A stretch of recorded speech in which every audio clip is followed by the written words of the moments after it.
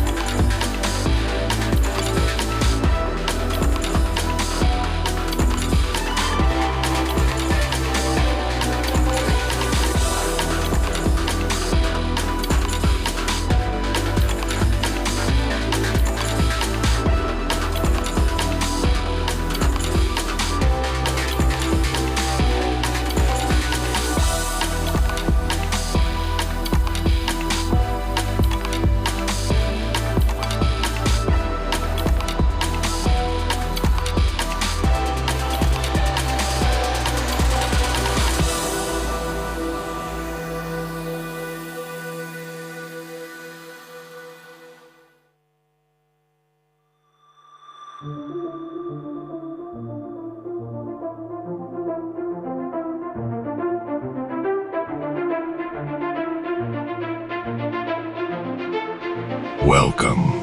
to the cloud, your key to the digital now.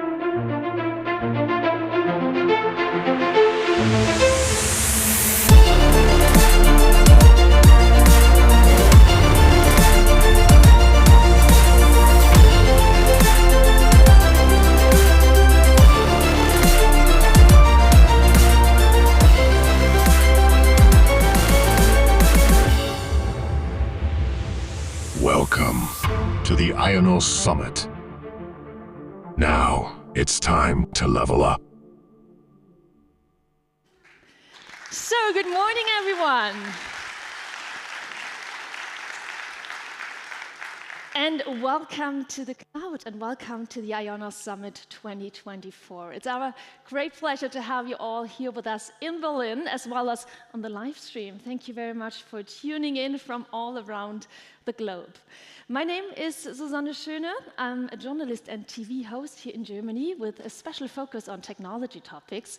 So I'm personally very happy that I have the pleasure to guide you through our program today.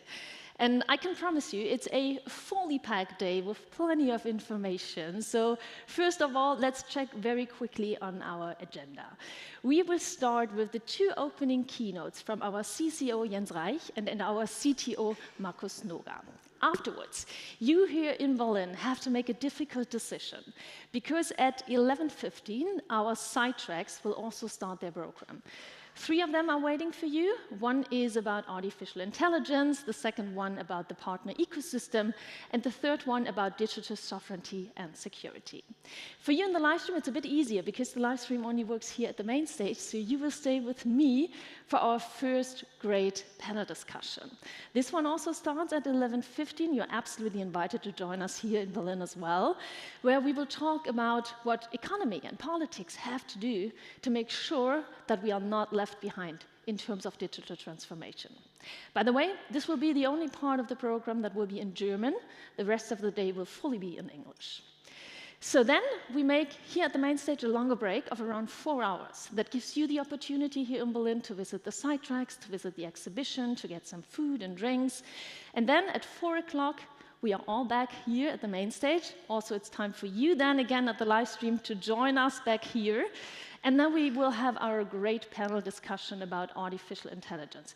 Super interesting, don't miss that. Then afterwards, we will have Pip and Tante here on stage for an expert battle. Is one of you familiar with Pip and Tante? Do you know them? Maybe Pip from the Doppelganger podcast. I can see some hands. They are like really strong opinion leaders, so that's going to be a really tough expert battle. And I promise you, I will make sure that we have 10 minutes left at the end of this expert battle for your questions. So just save them in your head. You will have the great opportunity to ask Pip and Tante questions as well. And then afterwards, we will have Nils Müller on stage. Very, very cool guy, very futuristic, and he will have a great look at how will our lives look in 2030, 2040. Very educational, but also very entertaining, I can promise you. And then it's already time for the last highlight of the day, our partner awards, and that's pretty much the wrap-up of the day for now. But we have prepared something more for you. 2 more things I would like to address to you here. First of all, our key hunt. It feels kind of Easter, although we are in September.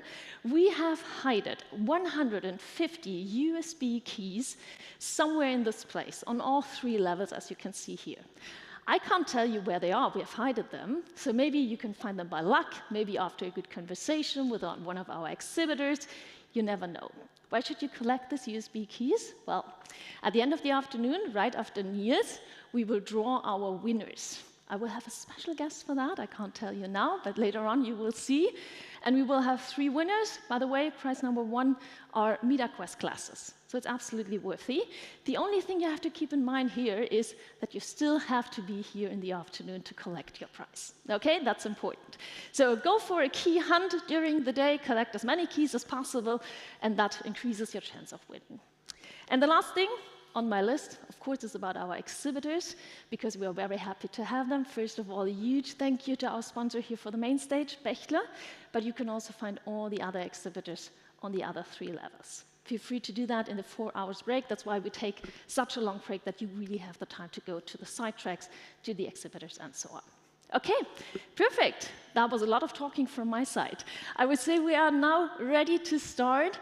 And as I promised you, we will start with the 2 opening keynotes, and we start with our CCO, who have a closer look at what the whole cloud topic looks like in 2024.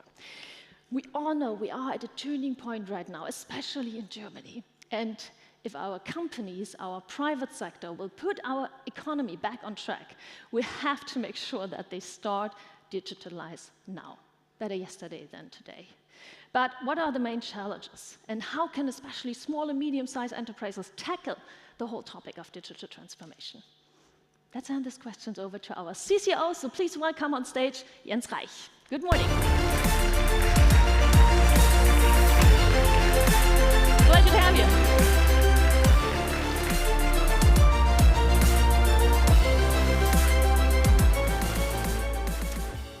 Thank you, and welcome to the IONOS Summit 2024. Cloud access, your key to the digital now. I have to say, when I prepared for my speech this year, I was pretty clear on actually 3 topics I would like to talk about today. I was pretty clear on the what. I wasn't so clear, in all transparency, on the how and how I should kick things off. The good thing is, at IONOS, there's always a helping hand right next to you. This time, however, it was not one of my colleagues, or like, for example, Markus Noga, who's a great partner, sparringspartner. It was not one of my amazing team members in our commercial teams. This time, it was our newest product that we just recently launched, the IONOS AI Model Hub. What does it stand for? It's the first German multimodal hub that gives you easy, convenient, and secure access to a vast array of AI models. In fact, there's 5 large language models available on that platform right now. There's 1 stable diffusion image generating model available. And of course, there's databases connected to it. So basically, via an API, it's readily available. You can use it today. And this is what I did, basically. I used our AI model hub. I used a Llama 3 70 billion model and bounced some ideas back and forth on how to best kick things off around the digital now in the year 2024. And as we came in the discussion, I shared also some personal notes. We came to the conclusion I actually should share one of my recent experiences I had, personal experience, when it comes to the digital now here in Germany. And I have to say, when I reflected on this, I'm really worried. But stick with me for a minute, and I'll get to it. So a couple of weeks ago, I twisted my shoulder. Wasn't too bad, but somehow the pain didn't go away, so I had to get an MRI. When I arrived at my doctor's office in Heidelberg, close to our headquarters in Karlsruhe, I saw a sign and I was amazed. The sign said, "Get your MRI images examined by our AI model, and as studies have proven, get up to 20% more accurate results." I was blown away. This is amazing. And by the way, just for 20 euros. So regular insurances don't cover it, but 20%, 20 euros, sounds fair. I was amazed when I saw this. This is the digital now, live here in Germany. AI models are not only helping us write some texts or balance an idea for a speech, but actually make our lives better, help us improve, and help customers and patients in the end make better decisions. Amazing. However, when I talked to the doctor a couple of minutes later, my level of enthusiasm, I would say, was slightly reduced. Why? Because he told me 2 things. 1, adoption is really low. So only a handful of patients actually used that offer. And I was wondering why. Why is that the case? And in fact, actually, this model there was one patient where this model predicted, it's for cancer, early indication and prediction, predicted exactly a cancerous spot that the human eye couldn't see, and it turned out it was true. So for one patient, for sure, this model changed a life and probably saved a life. Amazing. But somehow adoption is really, really low. Patients don't do it, maybe they don't trust it yet. And there was another reason that at least partially could explain this. Number two is, all the data, I asked, hey, what do you do with my data? All the data, unfortunately, was not stored locally in the office or in Germany in a data center, but was actually transferred to the US, to one of our competitors, and stored in the US. And also this data was used for training models, which is fair, but still is something that, of course, you have to consider when making that decision. And I lived in the US for 5 years, also during COVID and the pandemic, and I can tell you, I know what the government is able to do with all of your data, and especially your health data. For me, personally, very critical point, data sovereignty was not given, and also part of the reason why some customers just didn't feel comfortable using this. So, long story short, I think great example, AI model, live in reality, adoption, unfortunately not that big, and digital sovereignty, big, big question mark. Moving back to when I entered the office, I then proceeded to the counter to check in. At that point, my level of enthusiasm was basically down to zero, because you might guess what happened. I was handed over 10 pieces of paper. I had to fill in my name 5 times, my address 5 times, my medical history 3 times on this piece of paper, to then just hand it over to the consultant at the desk, to then have her type it in manually. This is not the digital now. This is digital yesterday at best. And when I asked her, hey, why don't you just let me do this online before I actually come here, or why don't you just give me a tablet and I can put it in? She said, we have this IT guy, one IT guy, and he was supposed to do this for 6 months now, but somehow he didn't get to it, and honestly, we're no IT specialists, and I don't know, it's just not moving forward. I think that's exactly the point. It's just not moving forward. And you might say, hey, this is just maybe one example. So I brought 3 numbers that I think maybe add some more meat to the bone in this regard when we talk about, are we actually moving forward? 3 numbers, 24, 12, and 0. Just 3 numbers. 24, 12, and 0. What does it stand for? It's not Christmas Eve of the year 2000, which, by the way, was one of the first really, really strong e-commerce seasons after the first Cyber Monday, or like the pre-Cyber Monday, so to say. So definitely for the commerce and online commerce in Germany, it was a big, big season at that day. But this is not what I'm talking about today. 24 is our rank, Germany, in terms of competitiveness of our economy out of 67 countries. It's a regular IMD report. They do this every year. This is 24 numbers. We are not even in the first tertile of countries in the world. What's even worse, if you look at just digital infrastructure, digital capital, capabilities, cybersecurity, which is a subset of this, we're on position 37. We're not even among the top 50% of countries. 10 years ago, we were among the top 10. So if we talk about not moving forward, I think we could even say, hey, are we actually moving backwards? At least in relative terms to our competitors. So Germany, we're not making progress. 12 is the percent of companies that used AI in the last year. You might say, is this high, is this low? We're somewhere in the midfield in Europe. However, what's more concerning, this number didn't change for 2 years in a row. There is no true increase in adoption of AI, of newest technology, and we've been stagnant for 2 years now. Right in the midst of the hype, where everything basically is moving forward, and great innovations come to play. Number 3, 0. You might guess what this stands for. GDP growth. Germany, Q2 2024, we are not growing. Our economy is not growing. And I think this shouldn't be a surprise if you look at the other two numbers and many, many other facts that I think are out there. We're just not moving forward. Germany, we have a problem.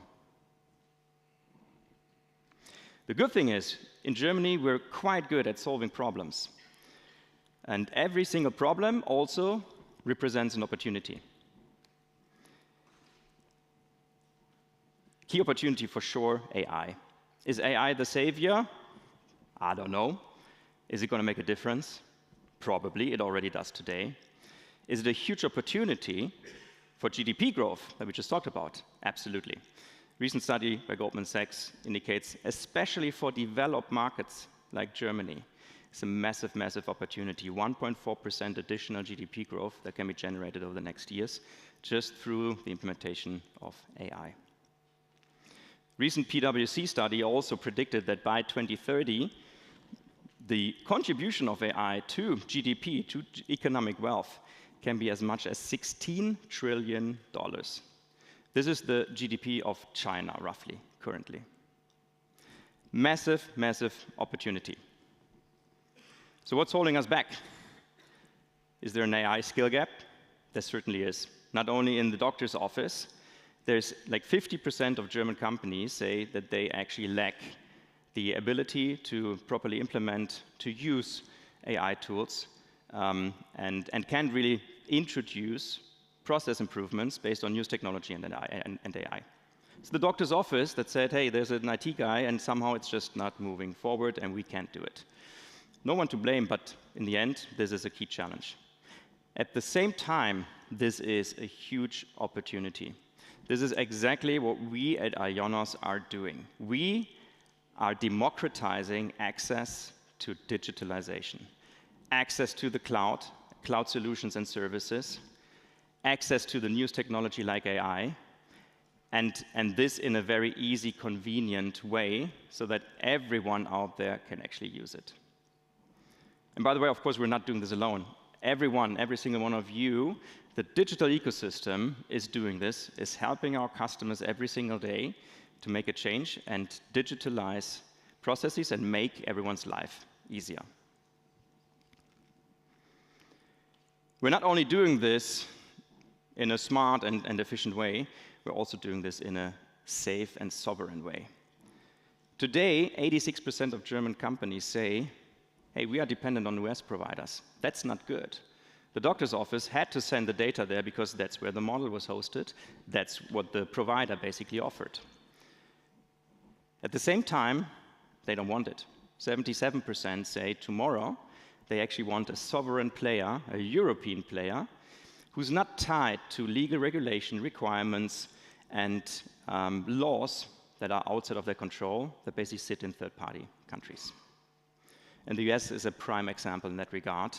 The Cloud Act, you all probably know this, definitely poses quite some legal uncertainty and quite some ability for the US government to tap into data that we actually want to protect our customers from. So you could say, I'm a dreamer. If I talk about sovereignty and we need like a strong European ecosystem, it's really, really on us. So maybe I'm a dreamer, but I'm definitely not the only one, and I quote John Lennon on this one, because there's a very, very good example where this actually already worked. Airbus. Airbus is the counterweight, the strong European player when it comes to airlines, when it comes to aviation, against the big, big incumbent in the US, Boeing. And if you just look at what recently happened at Boeing, tragically, there was a door blown off mid-flight. Luckily, no one was killed. Then this revealed significant quality assurance issues, not only in the production processes, but across the entire company. It was part of their culture. And then, most recently, there's a worker strike that basically led to the halt of the production of the 777, with yet unknown impact on the airline industry, travel overall, and global mobility.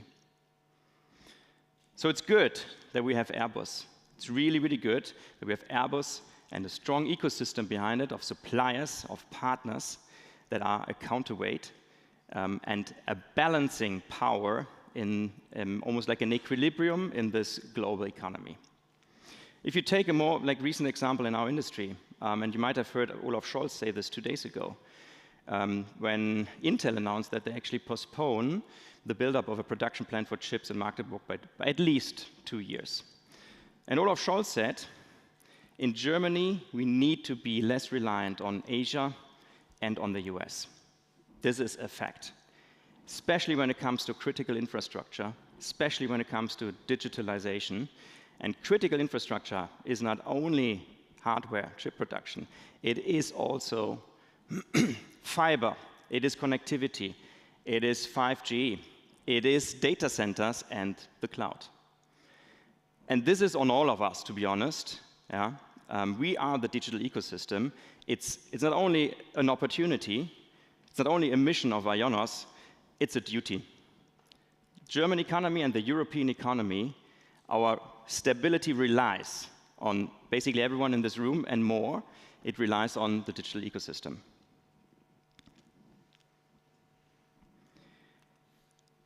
So we together have to build the digital now so that no public authority, no official body has to store data in the US or in Asia, that no public company or private company has to just select from 1 or 2 multinational cloud players in order to basically get the newest cloud solutions. And that also no small, medium-sized business or the doctor around the corner has to rely on sometimes, honestly, very, very complex, not tailored, not easy accessible solutions that are just not made for them. We at IONOS, this exactly is our mission. But it's not only our mission. And I'm very, very excited that we do have a strong network of partners that support us on our path, on our mission, and help our customers together with us end-to-end every single day. And today, I want to introduce you to a very special partner, a strategic long-term partner of IONOS. We've been working together for many, many years, very, very successfully. It's the leading independent IT systems integrator in Germany, with over 80 system houses in Germany, local system houses that help exactly not only the doctor's office and the small businesses, but also mid-market, large companies up to the public sector every single day on their path to digitalization. So please give her a warm welcome, and let me introduce and welcome the Managing Director of Bechtle Clouds, Melanie Schüle.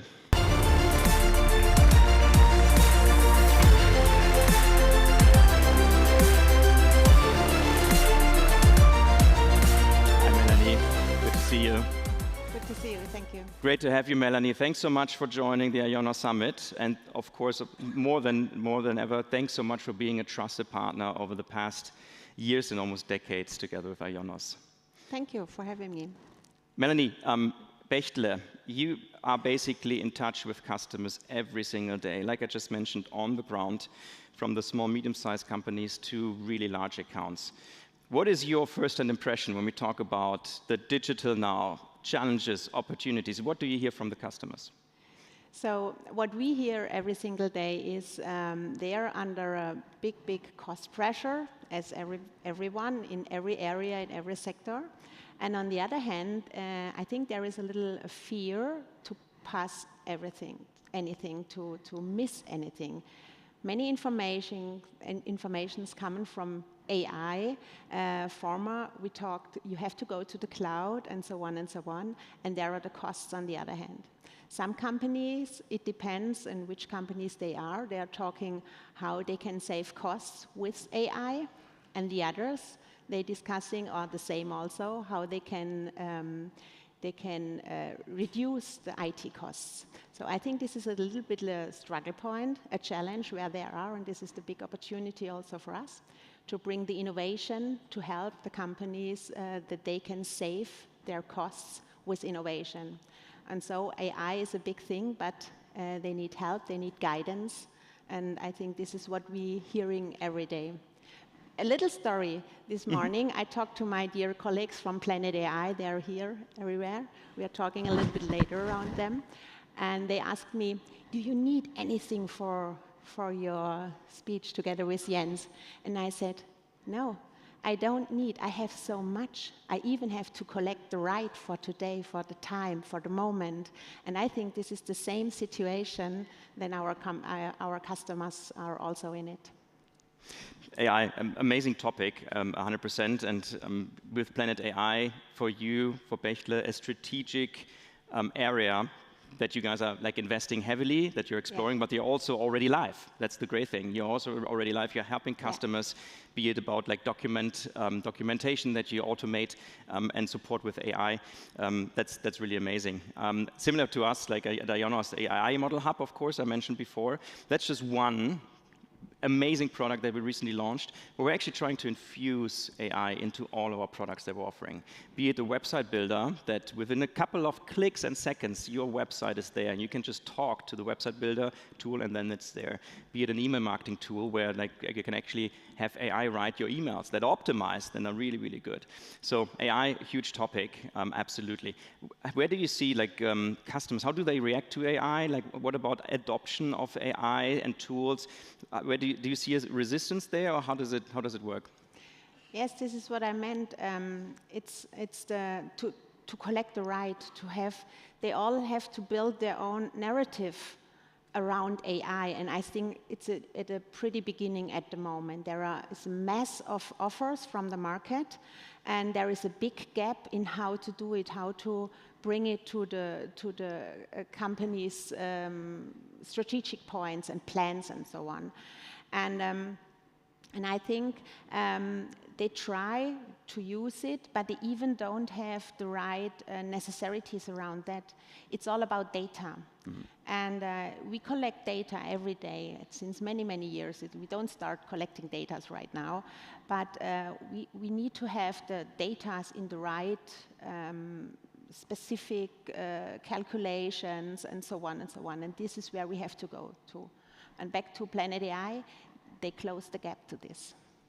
I think we need to give our customers concrete offers how they can use AI in their own company for to reach their targets and so on. Awesome. Like you mentioned, like I think this is our duty almost to guide the customer, to help, to curate also solutions. Because we're in the end, we are of course responsible for the outcomes for our customers, but we know the technology, we know the data behind best, so we can really offer end-to-end curated solutions that in the end match the customer needs. Great to have you here, Melanie. Thank you so much for joining. Actually, Bechtle, I think, is the official defender of the IONOS Partner Award, Channel Award from last year. And short preview, there's going to be another ceremony tonight on the best partners of IONOS. What is your take? What are you expecting for tonight? It's always good to get an award, I will say. But I think the award is not the only thing. This is a public confirmation for our work together, for what we have done in the past and what we promise for the future. And so I think that we are standing here together, that we're celebrating our partnership, and that we have so many innovative technologies. This is the real award, I will say, for me, for us, for our company. Yes, but to be honest, to get another award is always good. So hopefully. Fingers crossed. Of course, I'm completely independent. This is up to the jury. Great. And by the way, if you want to know more about AI, Planet AI, or all the other great solutions that Bechtle offer, but also that other partners in this ecosystem offer, please feel free, grab a coffee. You can find Bechtle and other partners on the exhibition area right next to this hall, and enjoy the chat. Melanie, thank you so much for being here. Thank you for making this summit so special. And I'll keep it short with the words of Steve Jobs. Stay hungry, stay foolish. Germany needs us. Thank you.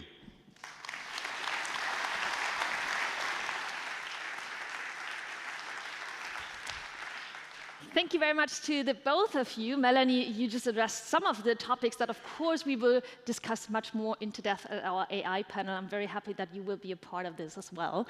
And Jens, thanks to you for the great opening. So guys, I promised you 2 opening keynotes. It's now time for our second one, which is our technical keynote. 3 major pillars here: artificial intelligence, cloud computing, and digital sovereignty. But what role do these 3 aspects play in the whole terms of digital transformation? And how can IONOS accompany businesses and the public sector to tackle these issues? I would say we hand these questions over to our CTO and welcome on stage Markus Noga.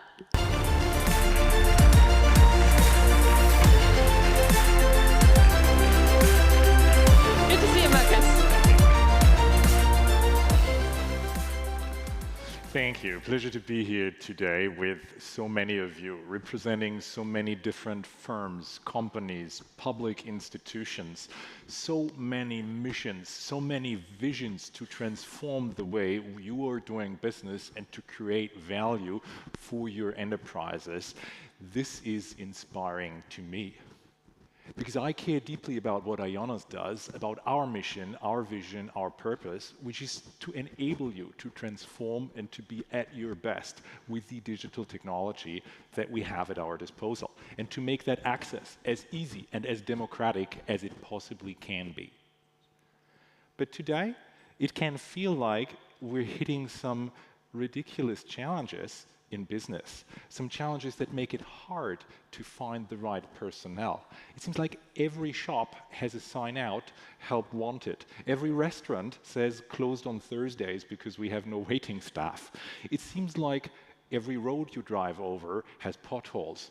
Every train you enter seems to be late. And trying to apply for a permit digitally, whether it's for building a data center or just to get an ordinary permit for holding a dog on a leash, is hard and analog. And at the same way, we're leading and we're beset by rising costs, which really makes it hard for business to turn a dime, to grow, and to be profitable and at your best. We're here to try and help with some of that, because I firmly believe there's 3 elements, 3 main pillars at our disposal that can transform the way business is done and transform the way public administration works. And these are artificial intelligence, cloud computing, and digital sovereignty. Jens already gave you a few numbers. Here's a few more that should give us hope. 78% of companies in Germany today believe that AI will be transformative for their competitiveness and for their business. 81% of businesses are either already using the cloud in migration there or actively considering to. And fully 94% of companies believe that digital sovereignty matters because today they have critical supply chain dependencies abroad for their own digital supply chain. So these 3 matter tremendously, and they can transform the way business is done. Let's look at the first one in some depth. That's artificial intelligence. When I was here last year and we spoke about AI, I mentioned that we have an offering in beta.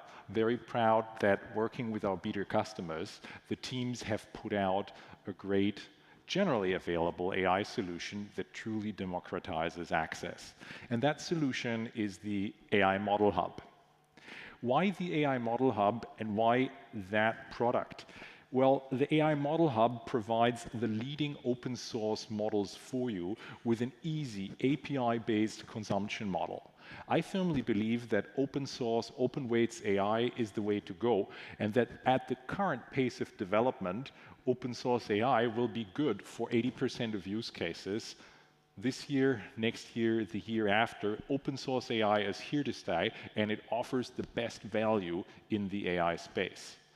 We're curating for you the best models from that space and making them available across a wide range of domains, whether that's text with large language models or whether that's image with generative AI for image creation.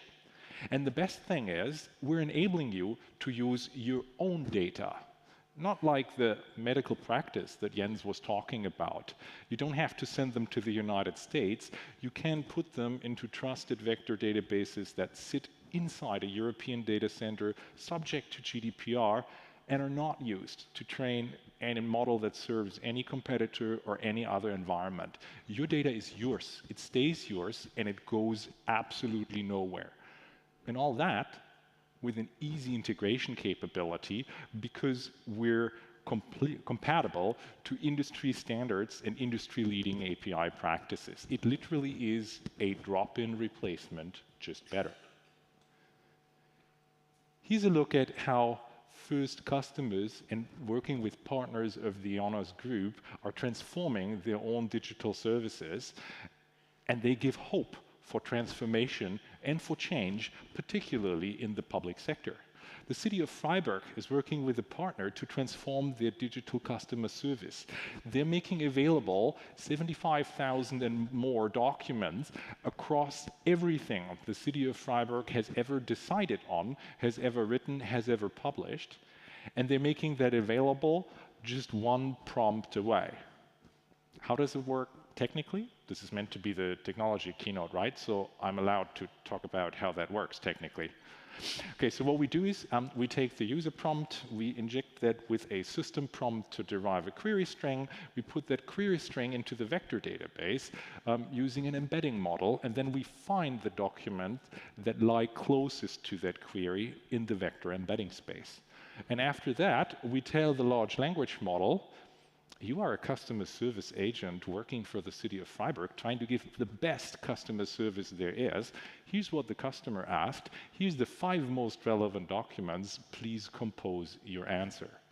This is how retrieval augmented generation, this is how use case customized large language models work today. And that tech is available on the IONOS AI Model Hub today. So you can go in and ask about the number of kindergarten places, daycare places. You can ask about the building code. You can ask about residency permits. Anything that is available in Freiburg documentation is becoming available through a transformative digital service that makes this access easy for everyone. And by the way, because it's a multimodal LLM below this also democratizes access because you don't even have to speak German to access the documents. Notice the query here is in English, but the underlying documents were in fact German. Works with most major languages supported by large language models today. And this is not all. Because the platform is truly multimodal, you can't just generate text, you can also tailor and generate image content for your segment of one marketing campaign, for your digital asset creation, for your web presence, anything that you need image for, the AI Model Hub also has you covered. You can tell I'm a bit excited about this, and I believe that we can transform the way automation is done, customer service is done, access to documents is done, and we just make it easier for everybody to do business this way. Let's move forward into cloud computing. Cloud computing is an exciting space because you don't need to run your own computers. You don't need to run your own service. You don't need your own team that's there to maintain a complex technology stack, to ensure your database is patched, to ensure you're safe against security vulnerabilities and more. The power of the cloud is that somebody runs that for you and gives you access through an easy contract-based API. This is what IONOS Cloud is about today. We're available in 10 cloud locations, running more than 39 cloud services, and everything is 100% CO2 neutral because we are using 100% green power to drive these data centers today. And when we last met at the IONOS Summit in 2023, this was what our cloud looked like from a service spectrum. Dedicated cores that give you great performance, a wealth of network stacks, the first load balancers, choice of storage, including local, network, and block storage, as well as incipient database as a service and platform services. I really am tremendously proud of what the team has done over the past 12 months. because we've made IONOS Cloud twice as capable for you. We've added virtual CPUs that give you the best price-performance ratio while keeping the option of highest performance dedicated cores available for you. We've added auto-scaling so that you can scale resources to your demand on a virtual machine level. We've added a wealth of network capabilities, whether that's VPN gateways to connect to your on-premise systems or a developer laptop, API gateways, content delivery networks, file storage as a service with the NFS protocol so that you can give file system access, read-write many capabilities to Kubernetes situations, and more. We've expanded the database universe to give you the right tool for your problem, whether that requires specific flavor of SQL database, a NoSQL document store, Redis-compatible object stores and caches, or Kafka for event processing and event streams. We've built out the platform, the security capabilities, and of course, we've added AI. What does that do for you? What can you do with this? How does this change how you can use a cloud? With these capabilities, you can start building truly cloud-native applications on a platform that makes it easy to combine different digital services. Let's take the example that one of our customers is working on today, building out a distributed Internet of Things solution that's collecting solar device data, that's bringing that solar device data into NoSQL, SQL, time series type databases, doing metrics processing, running separate services on this, like alerting, that are loosely coupled through a message queue, and then pushing out everything through a powerful customer front end. These are the kinds of things you can do with a service-rich cloud that allows you to build applications the cloud-native way. Of course, the Champions League of building applications, of building solutions, of helping businesses transform and drive value is and has always been enterprise resource planning. So I'm very proud to call onto stage with me today our esteemed partner, Thomas Ovčarek from ProAlpha. Thomas, welcome.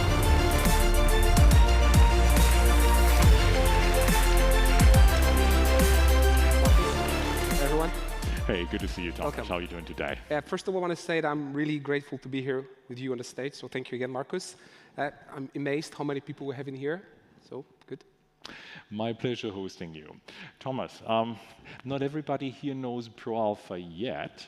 That is a great opportunity to change that. What does ProAlpha do and how does it provide value to customers? Sure. So ProAlpha is a large company who is providing the business software and also services to many different customers. Our customers are mainly from the sectors like production, automotive, wholesale. As a group, you can find us in nearly 52 locations across the world. So we are a fairly large company. We are hiring like almost 2,000 employees at the moment. I have to say that as a group, we consist of 12 companies. However, we are, let's say, in my case, focusing on the ERP software, as you mentioned already. But with those groups, basically, what we're trying to do is to enhance the functionality that sits in ERP beyond its normal usage. So with use cases like energy management, quality control, recruitment. Yeah? When it comes to cloud and IONOS, we started our story in cloud in 2016. That was a different provider at the time. Fortunately, in around 2019, we decided to look for someone else. We found IONOS. Right now, I can tell you it was a good choice. And we built our solution based on the IONOS platform to mainly help our existing customers in their cloud journey. Yeah? So many customers right now are considering to move to cloud, which is very obvious. So we are providing them with some services, support, how to easily migrate from on-prem to cloud with as little effort as possible. That is a noble mission because transitions can be make or break. And I think the ERP system is probably the one thing that a CIO's career can trip over. So it's good to see them in such capable and safe hands. Thomas, tell us more about how you're using the IONOS cloud to deliver that service to customers. Which services, which capabilities are you using today? Sure. So as we all know, ERP are very complex systems. Yeah? It's not just an easiest translation service or something like that. So as a result of the design of our solution, we are mainly using your computing resources at IONOS. So I have to say that we use more than right now 3,000 dedicated cores at IONOS. In total, it is roughly 120 virtual data centers located in Frankfurt and in Berlin. Next to that, of course, since we use you as some sort of infrastructure as a service, we obviously use tons of storage, network infrastructure, yeah. I have to admit that with that design, for us as a company, it's much easier because we doesn't have to take care about those old technical details that you are handling efficiently in the cloud. Here I also need to mention that there are some managed services that are beyond the infrastructure. And I have to admit that we are really happy with your partner in your cloud, which is IONOS, where we are using to protect our customer data, to store the backups in 2 different locations, encrypt them, and also monitor them. So it's very efficient, yeah? It's great to know. We'll be sure to let Katja and the team know. They always appreciate this. Thomas, I showed some new things that IONOS Cloud has brought out this year, and I was wondering, how does that fit your roadmap? What are your expectations? Where do you would like us to take IONOS Cloud going forward to best serve you and your end clients? Okay, so indeed, same as you, same ProAlpha is constantly looking how we can improve our services, yeah? It is obvious that the better it is, the easier it is for a customer to, let's say, to use it. It is also cheaper, especially these days when you look at the costs perspective. So one of the services that we are actively looking right now into is the virtual CPUs. Yeah, so definitely for that one, it helps us to migrate some of the non-productional load or like the non-customer load into a cheaper, let's say, computing infrastructure. So that's definitely one. We are also actively looking into your web application firewall solution. So by that, we are hoping that we'll be able to offload our, let's say, existing effort that we do for our firewall solution into IONOS hands to professionalize it and be able to focus on what we are good at, meaning like operating our product within your cloud. Yeah. Fantastic. If there's one thing you could wish for that's not yet on the list, what would that be? Which is not on the list. It's hard to say at this stage. So we are still catching up after you. So we are, sounds like a bit in front of us. But I need to say in here that I'm pretty glad to see on your roadmap, on the future roadmap, some elements that was some sort of problem for us in the past. And one of it that I remember was the virtual desktop, for instance. So we've been struggling with this one, and I'm glad to say that it seems like we've been heard, and IONOS put it on the roadmap, so I'm happy with that. Yeah, and I think there are also some things around security, which is extremely important topic these days, you know all that. So yeah, I saw over there that you are building some features and service which we can use to, let's say, make our solution more secure. Right now, we are using some, let's say, third-party components, but it looks like soon in the future we'll be able to use something which is built inside the IONOS platform. Thank you for sharing, Thomas, and thank you for joining us here. Thank you all. Let's meet up later. Sure. Maybe I was a chance, just the last one. I invite you more than welcome for my session at 4 o'clock when we'll be talking a little bit more about the operation routines at ProAlpha. Thank you.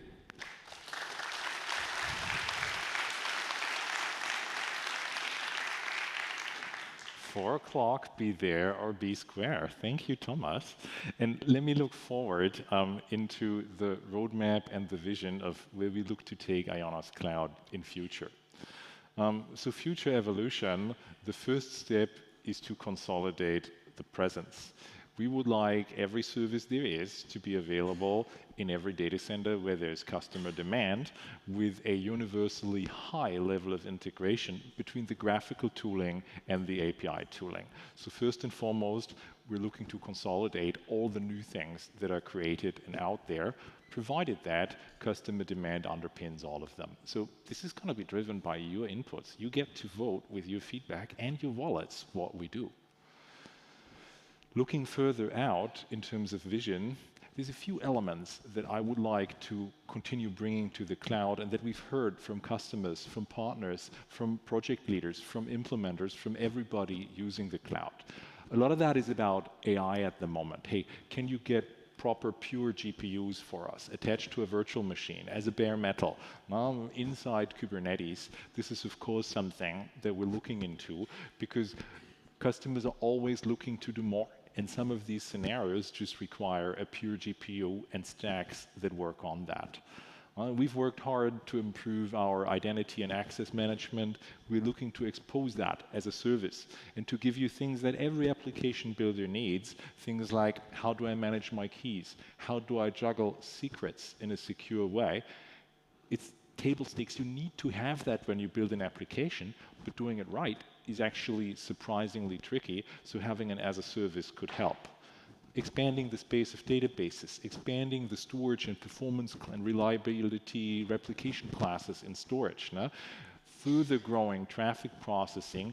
All of these are on our vision list for building out IONOS Cloud so that when we meet here again next year, we have exciting new services for you to use and partake in. So use today. Work with your IONOS counterparts. Connect with people. We love your feedback, and your feedback is going to further shape roadmap and vision based on where you need to take your business and which services you need to make that come true. With this, I want to move over to the space of digital sovereignty. What makes you digitally sovereign? What is digital sovereignty in the first place? How does IONOS go about that? Well, for us, it's 4 major building blocks. The first and most important of them is open source. Open source is the great leveler. Open source is the great equalizer. Open source is what gives you access to a powerful solution that's always evolving, getting better, getting patched, getting secured, and that does not carry a lock-in because you can take open source everywhere. If you are on open source, you are sovereign. The next part to this is hardware. If you go for single vendor proprietary solutions with a deep integration into a stack, it's hard to switch. If you go for white label, open box, standard components from multiple vendors, and you run the intelligence on top of that in terms of software, particularly in terms of open source software, you are a sovereign because nobody can threaten your supply chain. This is what IONOS is doing in terms of our data center content and the technology we apply. And those data centers themselves, well, if you would like to be digitally sovereign, they have to be where you are. They have to be on your territory. They have to be subject to your country's laws and regulations.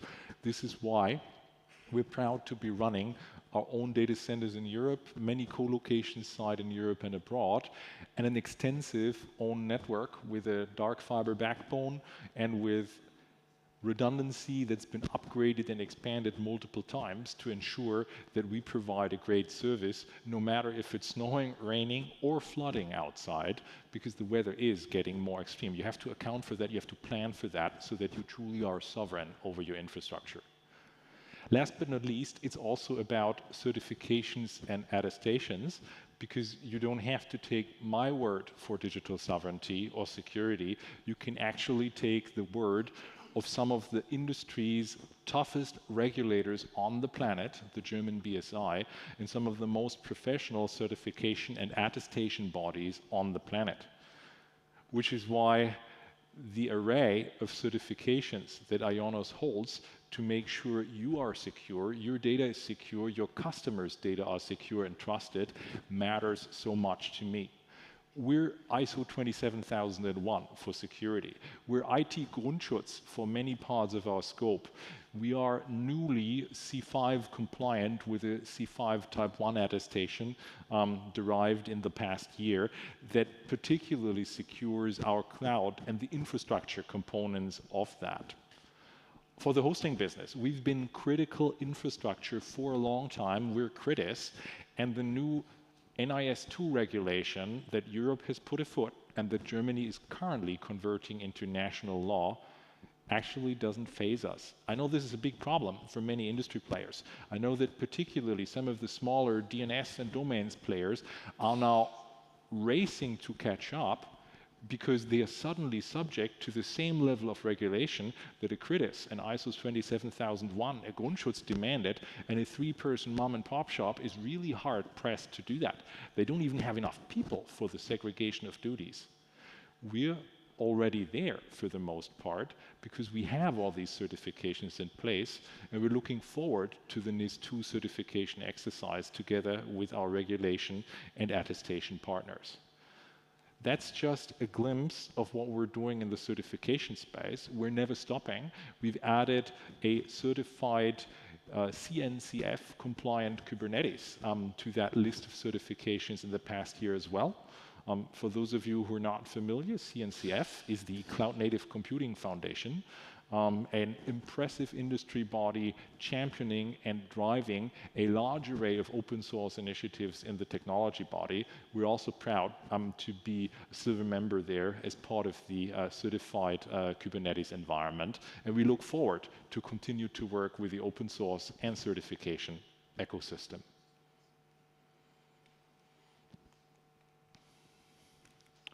With that, IONOS today is already a trusted partner for the public sector, with applications spanning the Informationstechnikzentrum Bund, Dataport, the Institute for Aerospace and Spatial Applications, as well as many institutes, schools, universities, and service providers.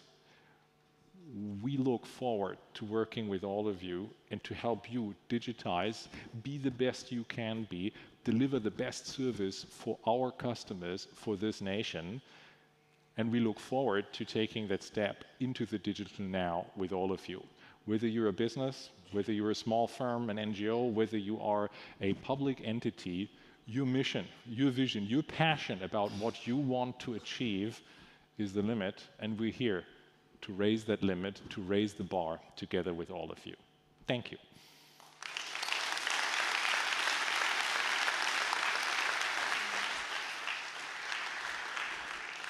Markus, thank you very, very much for your presentation. Well, two great opening keynotes. Sometimes, like Jens did, he showed us the numbers. I feel like it's really tough to watch these numbers and to face these numbers and the issues. But we have to do so because it has to change now. But I can promise you, as Markus kind of did in his keynote now, we will more focus on the solutions in the next hours. Well, Markus, by the way, you did one tiny little mistake. You invited everybody to go to Thomas at 4 p.m., which is lovely, but at the same time, our great AI panel will take place here at this stage at 4 p.m., where you yourself will be a part of. So your job was to invite everybody to be here at the main stage for the great AI panel. Once again, that are the tough decisions you have to make today, but on the other hand, that's something really positive. That means that you can create your very personal agenda. And you have to start making tough decisions now. We will now take a tiny little break of around 10 to 15 minutes because the side tracks will now start with their program as well. So we will give you the opportunity to move to the other rooms, and that will be kind of noisy. That's why we take this little break of 15 minutes. Again, feel free to visit the other tracks, artificial intelligence, the partner ecosystem, and the topic of digital sovereignty are waiting there for you. We here at the main stage will also start again at 11:15 with our big panel about what the economy and politics have to bring to the table to make sure that we are not left behind in terms of digital transformation here in Germany. Again, this will be the only part of the program that will be in German. The rest is in English. Feel free to go wherever you want, create your very personal agenda. But me, personally, I would be very happy to see you at 11:15 here at the main stage. See you in a bit.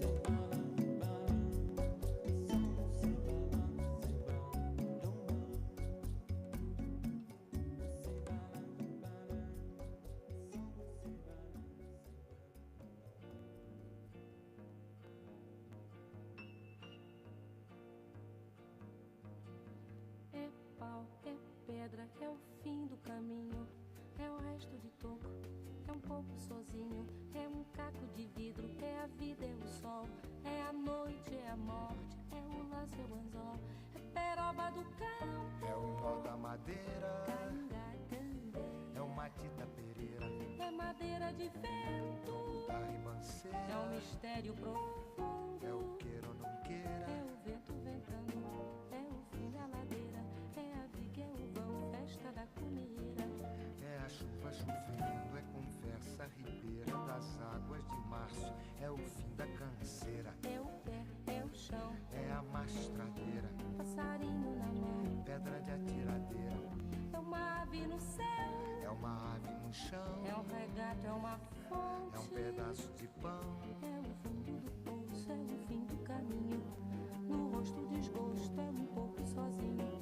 É um estrepe, é um prego, é uma é ponta, um ponto, é um pino, pingando, é uma conta, é um conto, é um peixe, é um é gesto. uma prata brilhando, É a luz da manhã, é o tijolo chegando, é a lenha, é o dia, é o fim da picada. É a garrafa de cana, o estilhaço na estrada. é o projeto da casa, é o corpo na cama, é o carro enguiçado, é a lama, É um passo, é uma ponte, é um sapo, é uma rã é um resto de mato na luz. da manhã. São as águas de março fechando o verão. É a promessa de vida no teu coração.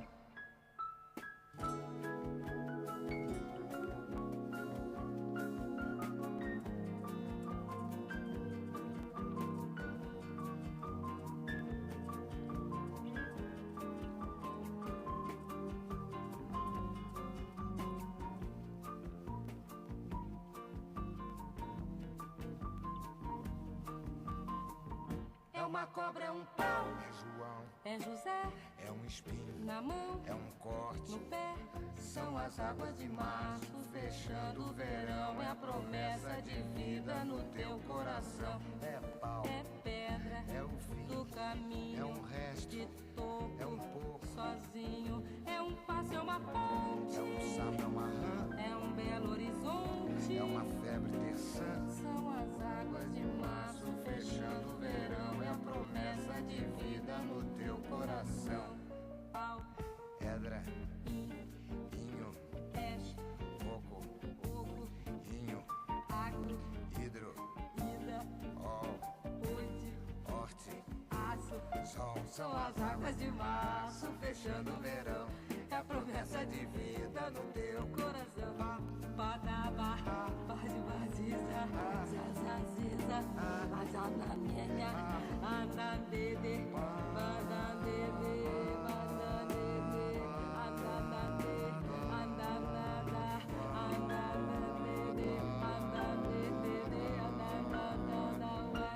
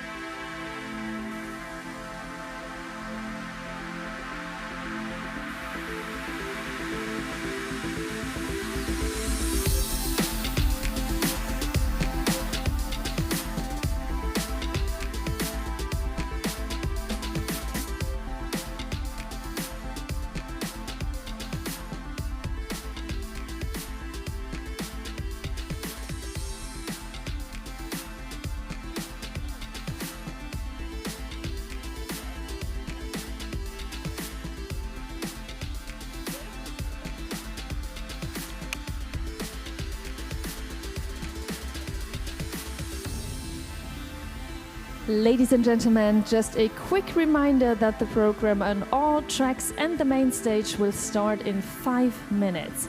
Please do now go to the tracks on the main stage. The program will start in 5 minutes. Thank you very much.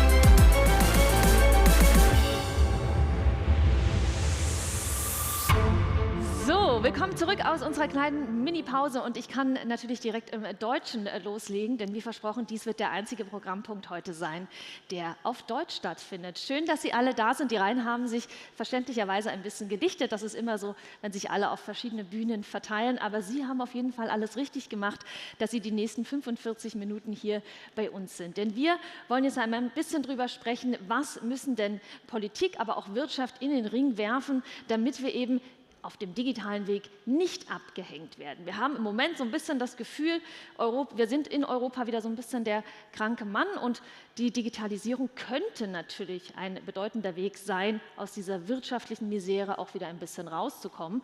Ich habe mal auf ein paar Zahlen geschaut, die variieren so ein bisschen. Die UN macht zum Beispiel eine Umfrage, den DESI gibt es noch, den Index für digitale Wirtschaft und Gesellschaft. Und wenn wir da mal gucken, wer ist denn in Europa vorne dabei, dann sind das eigentlich immer die gleichen Länder. Das sind die Niederlanden, Dänemark, Finnland sind da vorne mit dabei. Wir als Deutschland im absoluten Mittelfeld. Wenn wir Glück haben, 1 bis 2 Punkte über dem europäischen Durchschnitt. Und das ist für ein Land wie Deutschland, das eigentlich ein Innovationstreiber ist, natürlich keine angemessene Position. Deswegen wollen wir jetzt mal in den nächsten 45 Minuten schauen, vor allem mit Blick auf den öffentlichen Sektor, was wir da vielleicht tun können, wie wir vorankommen können in den nächsten Jahren, was denn überhaupt noch zu tun ist und wie wir damit sicherstellen können, dass wir auf diesem digitalen Pfad nicht abgehängt werden. Ich freue mich sehr auf meine illustre Runde an dieser Stelle und begrüße zum einen Achim Weiß, ich begrüße Harald Joos, Holger Lehmann und Dr. Johann Bietzer. Kommt gerne zu mir.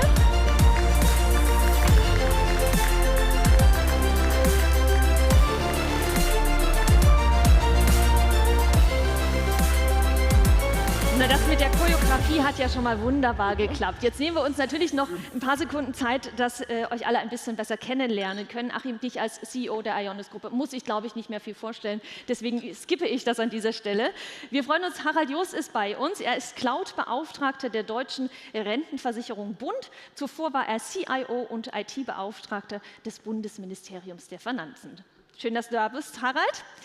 Wir begrüßen Holger Lehmann, Leiter des Projekts Operative IT-Konsolidierung beim ITZ Bund. Das ITZ Bund schreibt über sich selbst auf der Website, habe ich recherchiert, als Journalistin macht man das so. Wir erbringen IT-Dienstleistungen für 200 Behörden der Bundesverwaltung. Unser Auftrag, die öffentliche Verwaltung mit moderner IT unterstützen und in die digitale Zukunft führen. Da wollen wir mal schauen, wie weit wir tatsächlich schon sind. Und Johann, schön, dass auch du bei uns bist, Vorstandsvorsitzender von Dataport. Ich glaube, Dataport kennen die meisten, trotzdem 2 Worte noch dazu.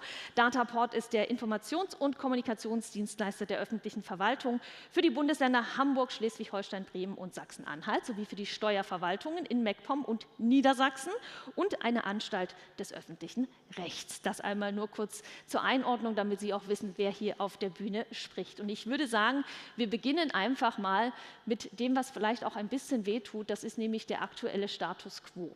Wo stehen wir? Wo steht die deutsche, die europäische Digitalwirtschaft, vor allem natürlich auch im Hinblick auf die USA? Welche Innovationen haben wir denn schon umgesetzt und was bräuchtet ihr aus euren Perspektiven heraus eigentlich? Also Status quo, was haben wir schon geschafft und was bräuchtet ihr eigentlich? Achim, wir fangen mal mit dir an. Ja, vielen Dank, Susanne. Du fängst natürlich gleich mit der Endgegnerfrage an. Ja, also USA ist ja in der Liga der Endgegner, würde ich sagen, zusammen mit ein paar asiatischen Staaten, die natürlich sehr, sehr viel weiter sind als wir momentan. Ja, wo stehen wir denn da? Also ich würde mal sagen, auf der einen Seite zwischen eher schlecht und auf der anderen Seite zwischen katastrophal. Ja, so um den Bereich rum, würde ich jetzt mal sagen. Und das ist natürlich eine sehr pauschale Aussage, ist mir klar. Ja, wir haben natürlich viele Leuchtturmprojekte und Leuchtturmfirmen auch. Ja, auch in der öffentlichen Verwaltung gibt es ja Projekte, die super sind und innovativ und nach vorne schauend. Aber ich sage mal, wenn ich den Durchschnitt anschaue und dann eben gerade mit der Frage nach USA, würde ich sagen, das ist schon eher ganz unten. Und zum Jens von heute Morgen, ich habe auch meine MAT-Story, ja, die war vor 2 Wochen, wo ich eine MAT gemacht habe für meine Standarduntersuchung und für den Hausarzt. Da war ich in Buch hier in Berlin in einer sehr guten Klinik eigentlich, die haben super MRT, alles wunderbar. Danach war das Computersystem kaputt, da konnte ich mir keine CD brennen. Ich so, okay, CD brennen. Sie kann es mir aber online hinterlegen. Ich so, ja super, ja, wer braucht denn schon CDs, wenn man es online kann? Naja gut, mein Arzt braucht die CD. Ja. Jetzt konnte ich mir das runterladen. Ich bin überrascht, dass der das noch lesen kann. Ich habe nicht mal einen Träger, um die CD zu lesen, aber gut. Wenn ich in den Keller geflitzt habe, in der Schublade 2000 geguckt, da war noch ein CD-Brenner drin. Meine Frau hat die letzte Packung CD-Rohlinge im Mediamarkt ersteigert für ein quasi Gold aufgewogen. Und habe die Dinger da gebrannt und bin zum Hausarzt, sonst hätte es nicht funktioniert. Ich würde mal sagen, 98% der Bevölkerung wäre gescheitert an diesem Projekt. Ja.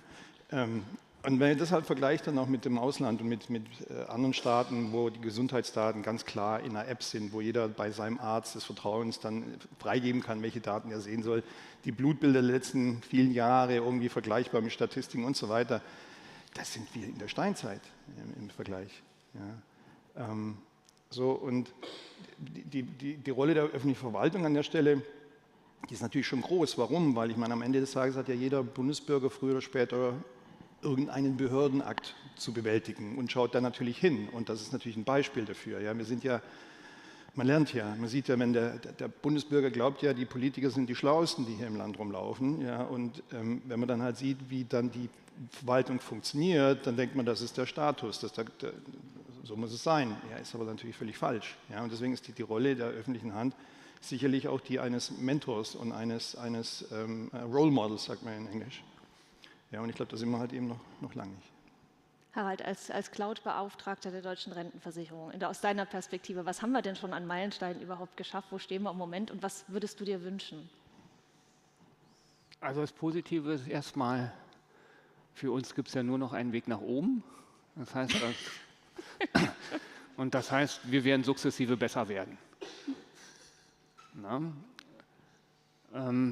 Die Amerikaner sind vorne, weil sie eben die ganze Nachfrage auf sich fokussieren, dadurch immer mehr wachsen, unheimliche Ressourcen haben, um neue Services zu bauen. Und in Deutschland gucken wir zu.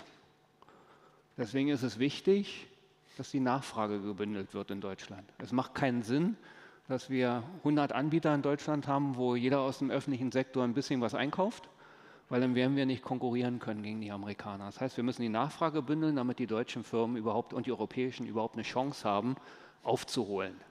Ja? Und für viele Dinge reichen die Sachen schon, die aus Deutschland angeboten werden. Und das ist, glaube ich, das Positive ist, dass jetzt wirklich alle verstanden, nicht alle, viele verstanden haben, dass erstens bis 2030 30% der Beschäftigten des öffentlichen Sektors ausscheiden. Das heißt, wenn wir nicht etwas komplett anders machen als in der Vergangenheit, gehen die Lichter aus. Zweitens, wir haben ein richtiges Demokratieproblem, weil wenn wir nicht mal einen Termin oder eine CD vom Arzt eben irgendwo, also nicht brennen können, dann verlieren die Bürger einfach das Vertrauen in die Leistungsfähigkeit des Staates. Das heißt, da müssen wir was machen. Und das Gute ist, es gibt ja Lösungen, wie eben, und bei einem dieser Anbieter bin ich ja heute da, wo wir eben probieren über große Ausschreibungen. Ja, wer hat es erfunden? Nicht die Schweizer, sondern die Dataport. Ja, eine Cloud-Broker-Ausschreibung, wo man eben probiert, mehrere Anbieter reinzuholen. Ja, man darf sich nie nur Anbieter ausliefern, auch nicht in Deutschland, aber es dürfen halt nicht zu viele sein. Und deswegen, glaube ich, schaffen wir es jetzt, einfache Bezugswege zu finden, auch für deutsche Lösungen, weil die fehlen. Und deswegen werden deutsche Lösungen häufig nicht genutzt, weil man überhaupt nicht rankommt. Und deswegen bin ich ganz positiv, dass man jetzt nicht nur über die Risiken der Cloud redet, sondern auch über die Chancen. Und welche Chancen wir nutzen müssen, habe ich ja gerade erzählt. 2030 wird es dunkel, wenn wir Dinge nicht anders machen. Ganz wichtiges Thema, da hast du natürlich als Cloud-Beauftragte der deutschen Rentenversicherung noch mal ein besseres Auge auch drauf auf dieses Thema. Es ist ja nicht nur der Fachkräftemangel, den wir quer in allen Branchen sehen, sondern vor allem auch den demografischen Wandel, den wir unter anderem mit bedenken müssen. Holger, ihr versorgt die Behörden ja mit moderner IT und führt sie in die digitale Zukunft. Wo stehen wir denn tatsächlich? Was haben wir schon geschafft und was müsste noch passieren? Also ich würde es gerne noch mal so ein Stück weit einordnen. Ich sage immer, wir stehen auf der einen Seite am Ende einer Entwicklung und auf der anderen Seite auch am Anfang einer Entwicklung. Ich bin jetzt seit 30 Jahren in der öffentlichen Verwaltung. Ich hoffe, man sieht es mir nicht an, aber es ist so. Hast du mit 5 angefangen? Ich habe, vor allem kann ich mich erinnern an die 2000er Jahre, in der sehr große Haushaltsknappheit herrschte. Und ich kenne globale Minderausgaben, globale Stellenkürzungen und Ähnliches. Und damals ist sehr viel in der IT, auf Deutsch gesagt, kaputt gespart worden. Ich glaube, diese Entwicklung hat vor 5 Jahren ein Ende gefunden und vor 5 Jahren hat man angefangen, spätestens vor 5 Jahren wirklich Geld in die Hand zu nehmen, um Digitalisierung zu ermöglichen, weil man einfach auch politisch erkannte, dass es notwendig ist. 2015 wurde die IT-Konsolidierung ins Leben gerufen, wir wurden gegründet. Konzentrationsbewegung. Die IT-Konsolidierung ist kein einfaches Geschäft, so fair muss ich sein. Ich darf das Projekt ja leiten jetzt seit einem Jahr. Wir scheitern auf der einen Seite sehr stark an Heterogenität, wir scheitern aber auch sehr stark an menschlichen Themen, wie Kontrollverlust, Abgeben, mit jemand anders über Ressortgrenzen zusammenzuarbeiten. Es hat lange gebraucht, sich zu schütteln, um den Ernst der Lage zu erkennen, um da weiterzumachen. Ich finde, es sind viele Programme angestoßen worden. Diese ganze Entwicklung, die technische Entwicklung, trifft aber eben auch auf sehr viele politische Themen, die aktuell eine Rolle spielen. Ne? Die globale Entwicklung. Damals haben wir gedacht, Amerika ist alles toll, Microsoft und so weiter. Vor 10 Jahren hat da keiner drüber nachgedacht. Heute diskutieren wir über digitale Souveränität und stellen fest, es war vielleicht nicht ganz clever, nur aus wirtschaftlichen Erwägungen zu agieren. Heute spielen andere Dinge eine Rolle. Wir sind in einer globalpolitisch schwierigen Lage und müssen auch in der IT Antworten darauf finden. Ich glaube, die Dinge sind erkannt. Ich bin in der nächsten Regierung ehrlich gesagt gespannt, wie es weitergeht. Also auch welchen Schwerpunkt findet man in der Digitalisierung, wie wichtig ist das Thema auch in der politischen Schwerpunktsetzung und in der Unterlegung mit Haushaltsmitteln. Wir sind auf dem Weg, man kann immer sagen, Glas halb voll, Glas halb leer, wie auch immer man das dreht. Ne? Ich glaube, in der Konsolidierung sind wir Schritte gegangen. Wir haben eine E-Akte, wir haben eine Cloud implementiert in der Bundesverwaltung. Ja, wir haben Fachkräftemangel und ich glaube persönlich, Digitalisierung wird ohne Cloud nicht funktionieren. Also wir müssen in diese Richtung, wir müssen daran weiter arbeiten, die Dinge sind erkannt und ja, wir sind auf dem Weg. Das soll es erstmal gewesen sein. Ich glaube, was eine schöne Analogie an der Stelle ist, auch so ein bisschen der Leistungssport. Im Leistungssport sagt man auch immer, der vorne ist, hat es eigentlich am schwersten. Ne? Der muss ja immer Pace machen. Die hinten haben es besser, die haben die anderen vor Augen und können besser aufholen. Wir haben wunderbare Beispiele in Europa um uns herum, die das schon ganz großartig machen. Also vielleicht auch mal ein bisschen ein Auge darauf. Und ich weiß nicht, ob der eine oder andere vielleicht auch die Smart Country Convention kennt. Das ist ja ein großes Event, das immer im Oktober stattfindet. Wir sind 2018 gestartet mit, glaube ich, 3000 Teilnehmern damals. Rein geht es nur um die Digitalisierung der Verwaltung. Da kommen mittlerweile 15.000 Menschen. Also das hat einen riesen Anklang gefunden und genau die Stimmung, die da so ein bisschen herrscht, ist natürlich das Problem. Die Kommunen standen irgendwann vor der Entscheidung, warten wir jetzt, dass groß von oben etwas entschieden wird, dann warten wir wahrscheinlich noch lange oder fangen wir an, unsere eigene Suppe zu kochen. Und das ist das, was Harald auch schon angesprochen hat, auch mit Hinblick auf dich, Johann.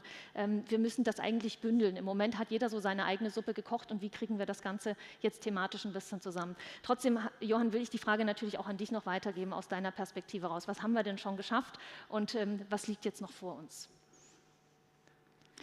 In der Technik sind wir gar nicht so schlecht. Ich glaube, technischen Fragen, Cloud, ja, oder sozusagen, wie bringen wir jetzt Clients an die Nutzer, wie kriegen wir große Mengen an Mitarbeiterinnen und Mitarbeitern in der öffentlichen Verwaltung, an der E-Akte.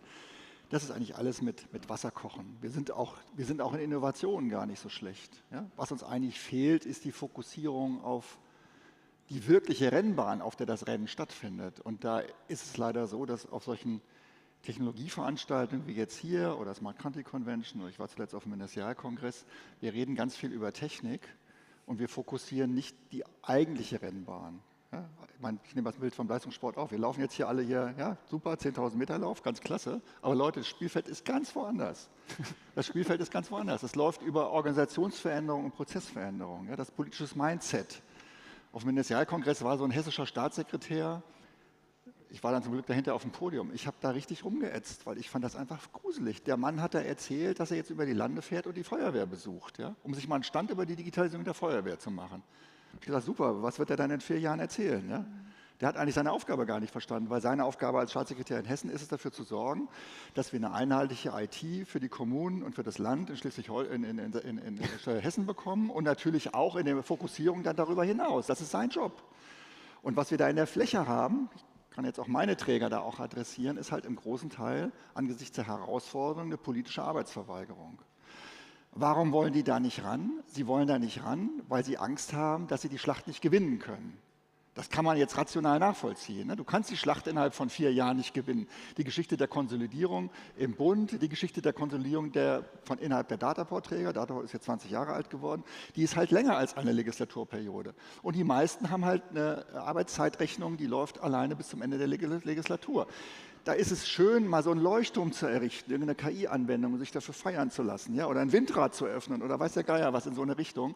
Da steht man dann halt in der Zeitung, kommt vielleicht im Schleswig-Holstein-Journal oder Hamburg-Journal, im Fernsehen taucht man auf, aber auf diese langfristige Perspektive zahlt das nicht ein. Und die Schlussfolgerung für mich ist dafür, wir müssen die Themen, diese politischen Themen runterzonen, müssen sie auf einer Ebene abarbeiten, die unterhalb dieser politischen Staatssekretärs- und Ministerialebene ist, aber eben auch oberhalb der Beamtinnen und Beamten und Angestellten im öffentlichen Dienst, die es einfach so weitermachen wollen wie bisher. Ja, und das ist uns bisher erst in Anfängen gelungen. Da haben wir die GAF Digital zum Beispiel, da gibt es GAF-Tech Campus, da gibt es IPD, da gibt es so unterschiedliche Organisationsbemühungen, das zu konsolidieren. Aber wir müssen eine sehr viel kräftigere mittlere Schicht bauen, die dann quasi die Übersetzungsrolle in diesen Services bietet, auch jetzt zu euch, zu IONOS, zu den Technologieanbietern herstellt und das auch ein Stück weit entpolitisiert, weil mein Vertrauen in die Kraft der politischen Führung ist nicht so richtig groß und ich bin da auch nicht alleine und ich glaube, das ist so die Mehltauschstimmung, die im Moment so auf uns liegt und drückt. Ja, und nochmal ein ganz pragmatisches Beispiel. Da gibt es guten Spray gegen den Mehltau, also müssen wir uns jetzt nochmal was überlegen.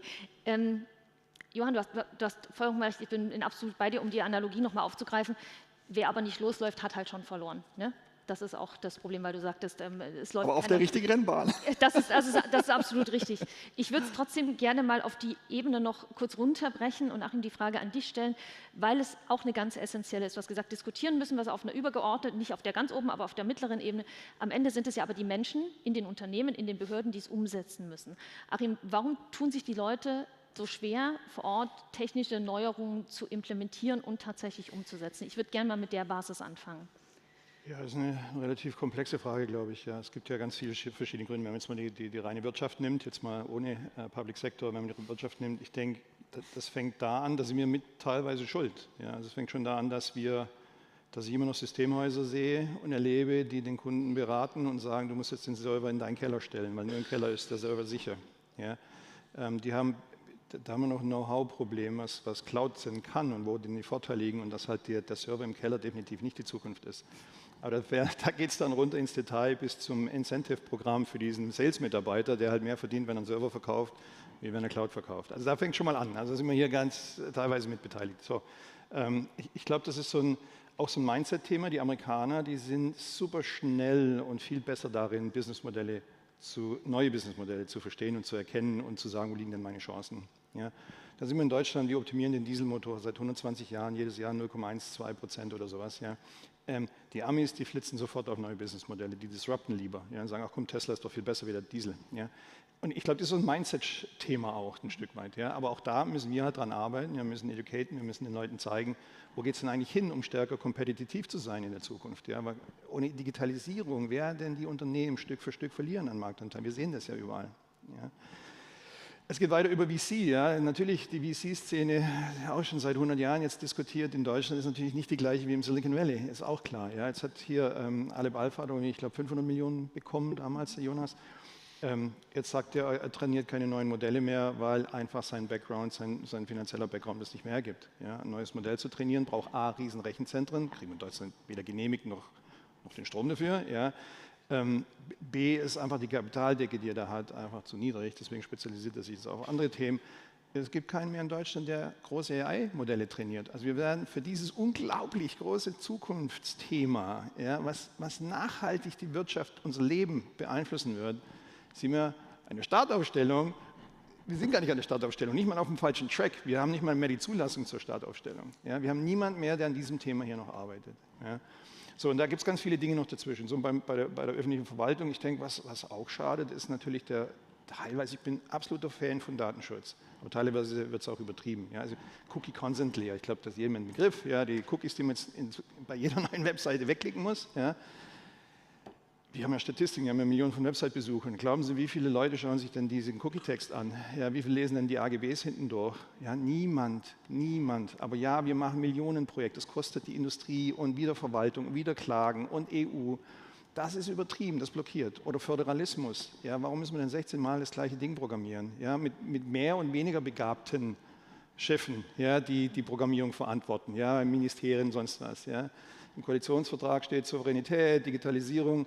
Aber wenn man sich dann die einzelnen Baustellen anschaut, dann sagt man, naja gut, Vielleicht ist halt der ehemalige, was weiß ich denn, Gesundheits- und sowas, Minister nicht der Richtige für jetzt irgendein Digitalthema. Ja. Also ich denke, das ist eine riesen Bandbreite. Ja, und deswegen gibt es gar keinen so einen Hebel, an dem man anpacken muss. Ja, wir als Wirtschaft, wir müssen auf jeden Fall mal schauen, dass wir den Mittelstand, die kleinen, die großen Unternehmen dazu hinberaten, dass die das Richtige tun für die Zukunft. Auch wenn die jetzt ein bisschen Anschub brauchen, irgendwann werden sie es auch verstanden haben. Viele haben es ja schon. Ja. Aber da müssen wir mithelfen. Und in der Verwaltung und dann vielleicht auch die richtige Partei wählen, keine Ahnung, hilft ja vielleicht auch manchmal. Ja. Und ich glaube, für die Verwaltung haben die Kollegen eher noch Ideen wie ich. Ich glaube tatsächlich am Ende des Tages, jede Medaille hat einfach immer zwei Seiten. Also was ich persönlich ganz spannend finde, ist der Unterschied, wie wir zum Beispiel auch beim Thema Artificial Intelligence im privaten Kontext damit umgehen. Jeder hat das irgendwie schon mal ChatGPT angestoßen und probiert. Im beruflichen Kontext tun wir uns nach wie vor total schwer damit. Sicherheit ist ein Riesenthema, was du angesprochen hast. Klar müssen wir immer gucken, wie ist der Grad zwischen Regulierung und Innovation. Es gibt immer diesen Spruch, den haben Sie wahrscheinlich auf 700 Kongressen schon gehört. Die USA sind die Innovatoren, ne? Die Chinesen sind die kopieren und wir sind die Regulierer. Aber am Ende des Tages, wenn es eben um das Thema Sicherheit geht, kommt man dann gerne auf die Deutschen wieder zurück und sagt, auch das haben sie aber schön gemacht. Ne? Also muss man so ein bisschen natürlich gucken, dass die Medaille immer zwei Seiten hat. Johann, du hast auch mal schön mitgenickt und deswegen würde ich dich gerne auch noch mal befragen. Was glaubst du denn, was ist am Ende tatsächlich der Grund, weshalb sich Menschen in den Unternehmen, aber auch in den Behörden so schwer tun, technische Neuerungen anzunehmen und zu implementieren? Also einmal fehlt es uns an einem digitalen Leadership. Ja, also ich glaube schon, dass man Organisationen verändern kann, auch im Mindset verändern kann. Ich nehme das für mich in Anspruch, dass uns das als Führung von Dataport gelungen ist. Ja, wir sind zwar eine Anstalt des öffentlichen Rechts. Ich habe auch 254 Beamte. Keiner weiß, wer das ist, aber wir haben sie. Du merkst das also gar nicht. Ja, das ist sozusagen im digitalen Mindset auch aufgegangen. Und wir haben permanent organisatorische Veränderungen, natürlich, weil wir ein Dienstleister sind. Wir müssen uns am Kunden orientieren. Das Geschäft verändert sich permanent, also verändern wir auch permanent unsere Aufstellung. Das kriegst du schon hin, das brauchen wir halt aber auch auf der Auftraggeberseite. Wir brauchen das auch auf der Verwaltungschefseite, dieses digitale Mindset.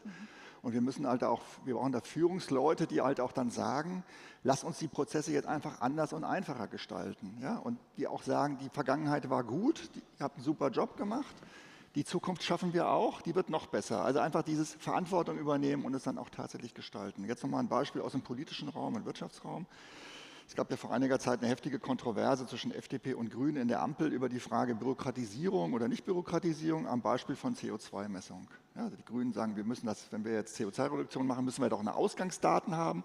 Die Unternehmen bekommen zusätzliche Pflichten auferlegt, jetzt zusätzliche Meldepflichten zu bringen. Schon haben wir eine Bürokratiedebatte. Und eigentlich brauchen wir ein Mindset, wo wir die Diskussion nicht über Formulare ausfüllen machen, sondern wieso messen wir das nicht online?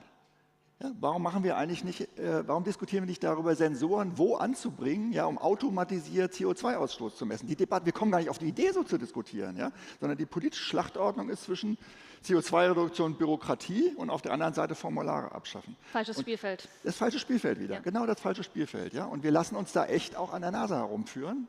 Ich habe das bei mir selber gemerkt, als ich den Artikel gelesen habe. Und ich habe eine Woche gebraucht, bis ich gemerkt habe, was mich gestört hat. Eine Woche. Leider eine Woche. Trotzdem freuen wir uns, dass du so reflektiert bist. Harald, Cloud-Beauftragter einer öffentlich-rechtlichen Organisation. Du bist also damit beschäftigt, alles zu cloudifizieren, die IT-Infrastruktur umzuwandeln. Wie begegnest du den Zweiflern dabei? Mit welchen Argumenten? Also erstmal will ich sagen, dass es nicht funktioniert, sind wir alle, die hier stehen, schuld dran. Wir haben ordentlich mit dazu beigetragen. Alle. Nehme ich mich auch nicht mehr davon aus. Ne? Du wirst keine einheitliche Lösung kriegen. Also die Frage zu beantworten, ist Cloud gut oder schlecht, ist die falsche Frage, weil du musst über die Use Cases rangehen. Wir diskutieren und wir sagen, wir wollen eine Lösung, die wir heute haben, ablösen durch eine andere Lösung, ist überhaupt nicht der Plan. Das heißt, die einen rufen, ihr dürft keine amerikanischen Lösungen nutzen. Die anderen sagen, nur deutsche Lösungen sind gut. Die nächsten sagen, nur in meinem eigenen Rechenzentrum ist alles gut. Was wir damit schaffen ist, die Entscheidungsträger oben wissen überhaupt nicht, was sie machen sollen, weil die werden von jedem unterschiedlich beraten. Das heißt, wir reden über vermeintliche Risiken und gucken uns gar nicht die Chancen an. Wir müssen oben mehr Wissen reinbringen, damit die eben Chancen und Risiken beurteilen können. Achim, du hast es angesprochen, ein Krankenhaus, was seine Server noch im eigenen Keller stehen hat, Daten nicht verschlüsselt, keine Ausfallsicherheit und, das kannst du vergessen. Das Krankenhaus wird morgen gehackt. Also wir sind alle dran schuld, weil es wird keine einheitliche Lösung geben. Wir werden auf US-Lösungen nicht verzichten können, weil die sind eben technologisch am besten im Augenblick. Gleichzeitig können wir aber auch deutsche, europäische Lösungen heute schon nehmen. Es ist also keine keine Schwarz-Weiß-Diskussion, ob US oder ob deutsche Lösung. Es ist auch keine Schwarz-Weiß-Diskussion, ob eigenes Rechenzentrum oder ob Cloud. Es hängt immer von dem Use Case und der Leistungsfähigkeit des Rechenzentrums ab. Ja, und wenn wir dazu kommen, dass wir eben sehen, ja, alle warten darauf, dass ein IT-Planungsrat oder ein IT-Rat eine einstimmige Entscheidung trifft. Die wird es nicht geben. Da gibt es ein paar, die sagen, ich nehme Microsoft Teams, ist mir völlig egal, was ihr sagt. Dann sagen ein paar andere, nur über meine Leiche. Und wir müssen eigentlich ermöglichen, dass beides möglich ist. Ja, sonst haben wir Stillstand. Das haben wir gut hingekriegt. Ja, du hebst aber auch ziemlich ab zwischen amerikanischen Providern, europäischen und so weiter. Das Problem, sagst du ja auch, fängt ja viel früher an. Das kommt dann zu uns zurück, ja, dass wir gar nicht aus unserem eigenen Rechenzentrum zu euch rauskommen, weil wir alle so verunsichert haben mit der Diskussion, dass wir gar nicht wissen, warum das Sinn machen würde. Aber es ist mal die Frage, warum die Länder es nicht schaffen, sich mal auf was zu einigen, die ganzen Verantwortlichen, die für einen Prozess zuständig sind, sich da mal zusammenzusetzen und sagen, komm, das ist ja erstmal völlig unabhängig vom Rechenzentrum und vom Provider. Es geht ja erst mal darum zu sagen, wir werden uns jetzt mal einig über den Prozess X, also Fachverfahren nennt sich das ja bei euch, ja, das Fachverfahren X, das wollen wir überall gleich halten, dann müssen wir es nur einmal entwickeln, kostet nur ein Sechzehntel, ja, ist schneller und da setzen wir die besten Leute dran, machen das. Ich meine, wir sind ja nicht nur Cloud-Provider als IONOS, wir sind ja auch Applikationsentwickler. Ja, das heißt, wir können auch komplexe Applikationen entwickeln, inklusive AI mit allem drum und dran.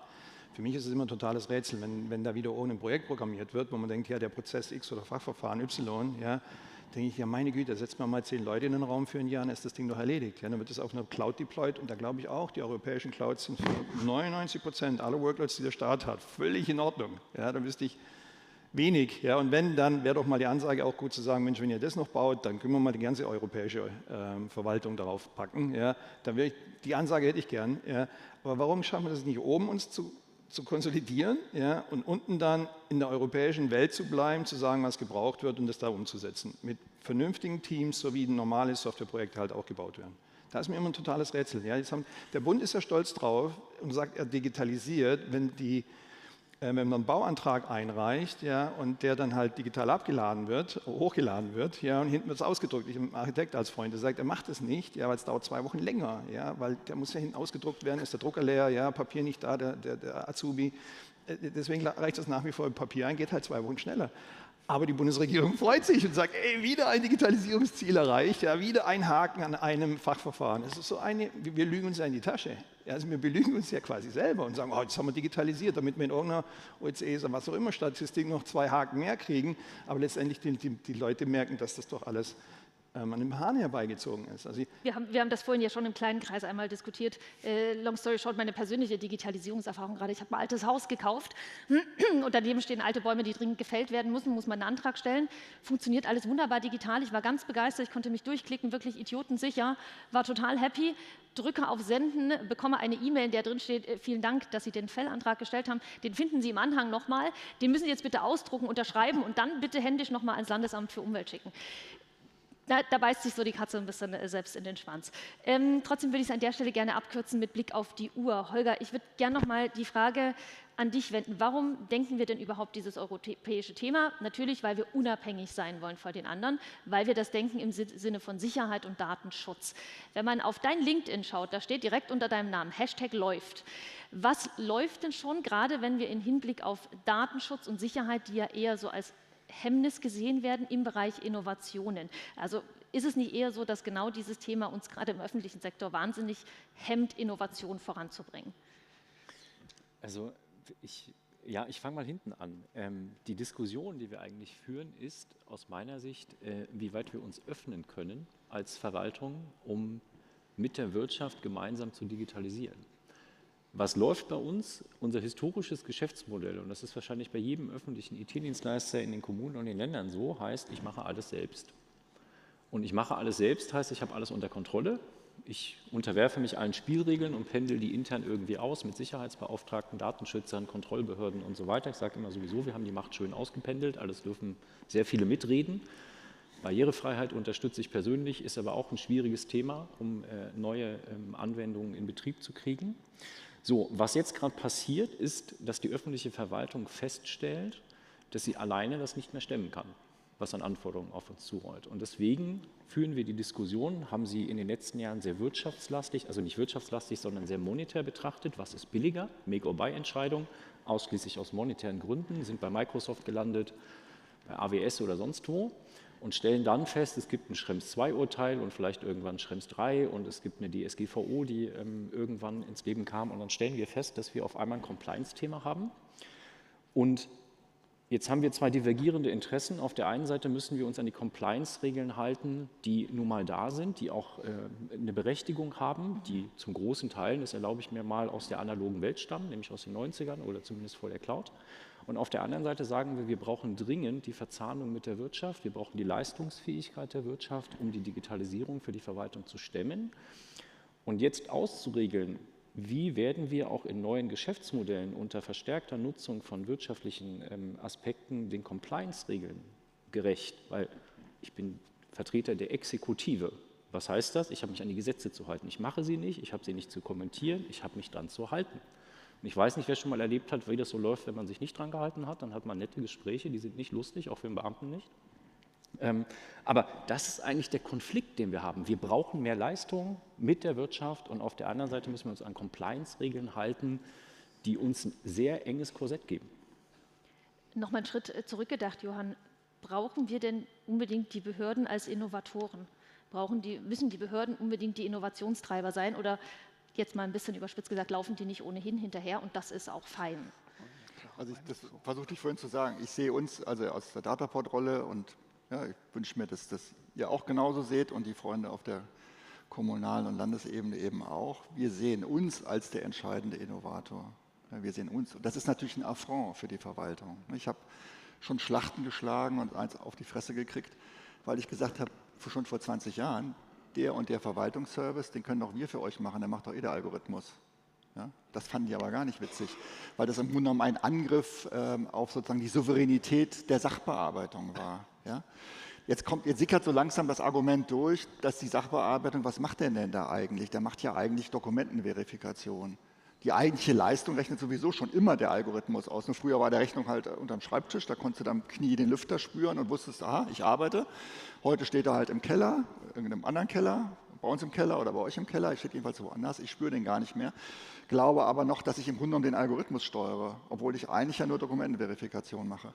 Und auch das Thema Dokumentenverifikation wird sich natürlich auch anders entwickeln in dem Moment, Elster ist ein super Beispiel, elektronische Steuererklärung, in dem Moment, in dem die erforderlichen Informationen aus anderen Systemen sozusagen automatisiert eingespielt werden. Ja, also irgendwann ist Elster das Paradigma einer neuen algorithmisierenden Verwaltung, in der ich gar keine Dokumente mehr vorlegen muss, sondern quasi aus den Systemen heraus, was die Verwaltung weiß, wird herangezogen. Und wo findet das statt? Das findet im Rechenzentrum statt. Und wer organisiert das? Wer muss da sozusagen die Systeme vernetzen? Naja, wir als öffentliche Dienstleister. Natürlich mit der Wirtschaft zusammen, klar, 70%, 2/3 unseres Umsatzes machen wir sowieso mit externen. Ja, hallo, 2/3 und unseren 1,4 Milliarden Umsatz kaufen wir bei euch ein. Ja, deswegen, mit mir brauchst du keine Debatte über Fertigungstiefe und Partnerschaft zu führen. Wir machen das schon immer. Das ist eigentlich ein Geheimnis unseres Wachstums. Also zurück zu deiner Frage. Wir sind der Innovationstreiber. Wir müssen halt nur aufpassen, dass wir das nicht so laut sagen. Ja, sonst gibt es wieder eins auf die Fresse. Ja? Das Argument von dir, Harald, zahlt darauf ein, der demografische Wandel. Der demografische Wandel wird dazu führen, dass die sowieso zu uns kommen müssen. Ja? Weil wenn die Bürgerinnen und Bürger unzufrieden werden und Bürgermeister und Landrätinnen abwählen, weil sie die Verwaltungsleistung nicht mehr bekommen, dann brauchst du irgendwann eine Lösung. Und die Lösung kann dann nur sein, das System, was eben durchalgorithmisiert ist, quasi vorausgefüllt und wo die Systeme auch zugeliefert sind. Deswegen ist meine Vision für Dataport, haben wir jetzt gerade für nächste Woche im Verwaltungsrat auch eine super Vorlage hingeknallt und haben gesagt, Verwaltung as a Service kostet für das und das Verfahren so und so viel Millionen. Das sollte man auch gleich bundesweit machen. Ja, ich kann das auch bundesweit rechnen. Ich bin da richtig voll auf Angriff und sage, das kann man auch einheitlich machen. Am Ende wird das nicht alles Dataport machen, da wird das ITZ-Bund wird das machen, da wird Kommunen in Baden-Württemberg das machen, das werden wir dann irgendwie verteilen und organisiert verteilen, weil auch ich habe nicht Lust, überall Experten vorzuhalten. Dazu bin ich auch zu klein. Ja, so. Also ich habe eine Vision. Man kann auch nicht immer Experte für alles sein, tatsächlich. Ich habe jeweils eine Vision und ich glaube, ich habe auch eine Lösung für das Problem, ja, und versuche meine Kolleginnen und Kollegen dafür zu gewinnen, diese Vision jeweils mit ihren Mitteln auch nach vorne zu treiben. kurzer Cut runter. Thema KI will ich noch mal kurz in den Raum werfen. Lass mich mal noch einen Harald, Satz zur Innovation sagen. Wenn ich den Bürgern erzähle, den Bürgerinnen und Bürgern, dass der Staat ein Innovator ist, ja, dann liegen die vor Lachen auf dem Boden. Ja, deswegen war die Frage, ob das überhaupt sein muss. Deswegen tue ich mich schwer mit dem Begriff Innovation. Ja. Innovation eben wirklich was gravierend Neues oder Innovation, wir probieren mal Dinge anders zu machen, als wir sie heute machen. Und ich glaube, da sind wir unterwegs. Aber deswegen tue ich mich mit diesem Begriff Innovation schwer. Ja, der Innovationstreiber im eigenen Kosmos. Du musst, Veränderung. Es geht um Veränderung. Ja, aber das wäre jetzt mal, weil ihr vorhin so ein hohes Lied auf Amerika gesungen habt, ja, eine US-amerikanische Verwaltung, ich habe mir das in San Francisco angeguckt, das ist gruselig. Das ist Steinzeitverwaltung. Kann man sagen, zum Glück spielt die Verwaltung da nicht so eine große Rolle. Ja? Das öffentliche Leben ist von der Verwaltung nicht so domestiziert wie bei uns. Die glauben auch nicht an den Staat, deswegen ist ihnen das eigentlich auch egal. Also ich glaube, das war auch keine allgemeine Lobhudelei auf die USA, weil die haben ganz andere Baustellen, für die wir nicht die Zeit haben, sie jetzt noch hier zu diskutieren. Stattdessen... Vielleicht darf ich auch noch ganz kurz... Die Diskussion läuft ja aus dem Ruder, ne? In dem Formularbeispiel, da wäre auch die Innovation, dass der Sachbearbeiter gar nichts macht, sondern dass die AI das einfach kontrolliert. Genau. So, da könnten wir eine Lösung bieten. Können wir nachher nochmal. Ja, genau. So, jetzt machen wir aber wirklich nochmal KI hier. KI als altes neues Thema, das wir gerne noch in den Raum werfen wollen. Haben wir ja letztes Jahr schon so schön drüber gesprochen, dieses Jahr auch wieder wichtig. Wie weit sind wir denn überhaupt in der öffentlichen Verwaltung? Ich würde es gerne an euch beide mal spiegeln. Wie weit spielt KI eine Rolle? Jetzt reden alle natürlich darüber. Die einen sagen, boah, das löst jetzt alle Probleme für immer. Und die nächsten sagen, das zerstört unsere Welt. Wo läuft denn die Realität lang? Wie viel KI ist schon im Einsatz und was für ein Potenzial, gerade auch mit Hinblick auf demografischen Wandel, hat das für die Verwaltung? Holger, gerne. Also, bei uns war KI, ich sag mal bis vor wenigen Jahren, muss man ehrlicherweise sagen, kein Thema. Einen großen Hype hat es erlebt in Corona mit dem Thema Chatbots. Wir haben im Bundeschatbot damals dann sehr schnell in Corona entwickelt, wo ja auch einige Spielregeln mal außer Kraft gesetzt waren für kurze Zeit. Wir haben Infrastrukturen mittlerweile, die KI befördern. Wir haben ein großes Projekt KeyPits, geht ja auch mittlerweile durch die Öffentlichkeit, mit dem wir versuchen zu enablen in der Verwaltung. Ich glaube, die Fachbehörden, das erlebe ich in der Bundesverwaltung, beschäftigen sich sehr stark mit KI und denken über Use Cases nach, weil das ist eine Grundlage. Viele haben erstmal gesagt, ich brauche KI, weil ich KI brauche. Und jetzt fängt man tatsächlich darüber an, nachzudenken, was kann ich damit tun und wofür brauche ich es wirklich. Wir haben den Fachkräftemangel, ne? Und ich glaube, da ist KI einfach ein Einsatz. Ich will aber auch ein bisschen, wie sage ich so schön, Essig in den Wein kippen. KI hat für mich natürlich ein Riesenthema im Datenschutzkontext. Wir haben datenschutzrechtlich bisher geregelt, dass Daten verarbeitet werden zu dem Zweck, zu dem sie erhoben wurden. Und wir investieren im ITZ-Bund Millionenbeträge, um Datentöpfe voneinander abzuschotten. Und sehr klar zu machen, die gibt es eben nur für diesen Zweck. Ne? Von daher, die Vision finde ich toll, Johann. Ich glaube, da ist aber auch eine Menge Regulatorik gefragt, um überhaupt zu ermöglichen, was in der Privatwirtschaft immer gepredigt wird, viele Daten zusammen und ich kriege neue Erkenntnisse und so weiter. Das ist in der Verwaltung schlichtweg verboten, um das mal ganz platt zu sagen. Oder nicht erlaubt, so muss man sagen. Es gibt kein Gesetz, wo drin steht, es ist verboten, aber es ist nicht erlaubt. Ich glaube, da sind politische Weichenstellungen gefragt, inwiefern man wirklich das Potenzial von KI auch in der Querverbindung von Datentöpfen nutzen möchte, inwiefern das politisch überhaupt opportun ist. Also es gibt ja dann auch, nehmen wir hier Vorratsdatenspeicherung und die großen Visionen, die an die Wand gemalt werden, der gläserne Bürger und so weiter. Das wäre möglich, die Frage ist, ob es gewollt ist. Irgendwo. Und ich glaube, die Technik kriegen wir in den Griff. Ja, wir haben Probleme, RZen zu generieren, die entsprechende Leistungsfähigkeit haben, GPU und so weiter. Ja, das sind alles Themen, die aber für mich lösbar sind, auch gemeinsam mit der Wirtschaft lösbar sind. Und ich glaube, das ist auch klar. Politisch ist die Frage zu beantworten, wo will man KI eigentlich hin? Und ich glaube, auch im unternehmerischen Kontext ist es gar nicht so, dass alle Daten immer gewollt sind und weil das Sammeln von Unmengen von Daten am Ende gar keinen was bringt, dann fängst du wieder an, die zu strukturieren. Wir könnten jetzt noch eine Stunde über Datenqualität sprechen, aber das skippen wir. Johann, noch die Frage an dich. Welche Rolle spielt deiner Meinung nach KI aktuell und welche wird sie noch spielen in der öffentlichen Verwaltung? Also erstmal spielt Algorithmisierung eine große Rolle, im Sinne von automatisieren und dann ist eine Teilmenge davon KI. Ja, ich mache den Begriff mit Absicht größer, weil es politisch viel klüger ist, meiner Meinung nach, wenn man deutlich macht, dass wir schon eigentlich auf dem Weg sind, ja, um zu sagen, jetzt müssen wir natürlich noch einen viel qualitativ größeren Schritt gehen, aber es ist nicht so, dass wir erfahrungslos sind. In der Algorithmisierung, das Beispiel Elster habe ich gerade erwähnt, mit dem vorausgefüllt ist ja so ein super Beispiel. Da kannst du jetzt diskutieren, wieso machen wir das nicht schon seit 10 Jahren, sondern erst seit, glaube ich, 4 oder 5 Jahren.